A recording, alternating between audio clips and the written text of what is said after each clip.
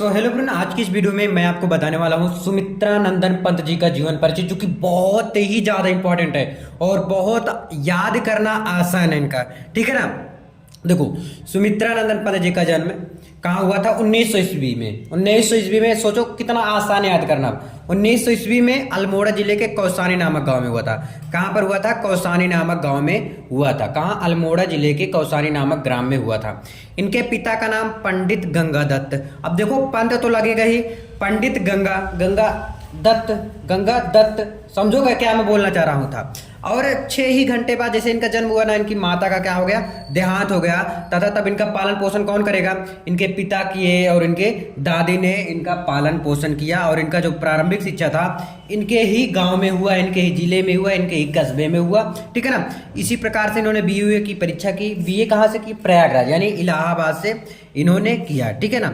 इस प्रकार से कुछ फिर बाद में पढ़ाई छूट गया। पढ़ाई छूटने के बाद इन्होंने आंदोलन में सम्मिलित हो गई। तो बाद में इनको भारत सरकार द्वारा इनको पद्म भूषण द्वारा सम्मानित किया गया। किससे? पद्म भूषण द्वारा सम्मानित किया गया था। किसके द्वारा? पद्म भूषण द्वारा सम्मानित किया गया था। एक बार फिर से सुन लेते हैं। अब देखो, श्री सुमित्रा नंदन पंत जी का जन्म सन 1900 ईस्वी में अल्मोड़ा जिले के कौसानी नामक गांव में हुआ था। याद रखना, कौसानी। क्या? कौसानी। इनके पिता का नाम पंडित गंगा दत्त पंत था। इनके जन्म के 6 घंटे बाद, कितने घंटे बाद? मात्र 6 घंटे बाद, जन्म होने के 6 घंटे बाद ही इनके माता का देहांत हो गया। तब भाई अब समझ लो, जिनके माता का देहांत अगर हो जाता है तो कितना ज़्यादा हालात गड़बड़ हो जाता है। ठीक है ना। तो इनकी माता जी का बचपन में ही, मतलब बचपन में क्या, 6 घंटे बाद ही देहांत हो गया। अतः इनका पालन पोषण, अब बताओ, जब माता का देहांत होगा कौन करेगा? पिताजी करेंगे या दादी करेंगी? ठीक है ना।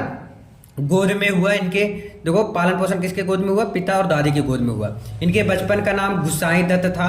इनकी प्रारंभिक शिक्षाएं इनके अल्मोड़ा में ही हुई। ठीक है। सुमित्रा नंदन पंत जो थे, ठीक है, उनका जन्म कहाँ हुआ था? कौसानी नामक गांव में हुआ था। ठीक है ना।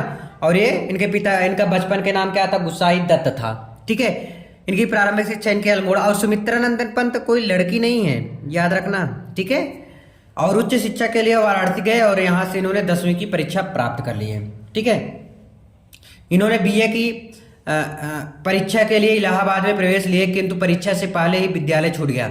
यानी कि बीए तो किए, कहाँ से? परीक्षा के लिए इलाहाबाद में प्रवेश लिए। इन्होंने बीए में एडमिशन लिया, लेकिन विद्यालय छूट गया तुरंत ही। इन्होंने गांधी जी के साथ क्या हुआ? असहयोग आंदोलन में भाग लिया। यानी असहयोग आंदोलन जो होता है उसमें पार्टिसिपेट कर लिए। कौन? सुमित्रा नंदन पंत जी ने। ठीक है। भारत सरकार ने इन्हें पद्म भूषण से भी सम्मानित किया गया और 77 साल बाद इनका देहांत हो गया। ये परलोक सिधार गए। ठीक है ना। अब इनकी जो काव्य संग्रह है लिख लो, क्योंकि जरूरी काव्य संग्रह में इंपॉर्टेंट होता है। काव्य संग्रह इनका क्या है? चिदम्बरा। क्या है? चिदम्बरा हो गया। ठीक है। लोकायतन है, लोकायतन है, पल्लव है। ठीक है। पल्लव हो गया, वीणा हो गया।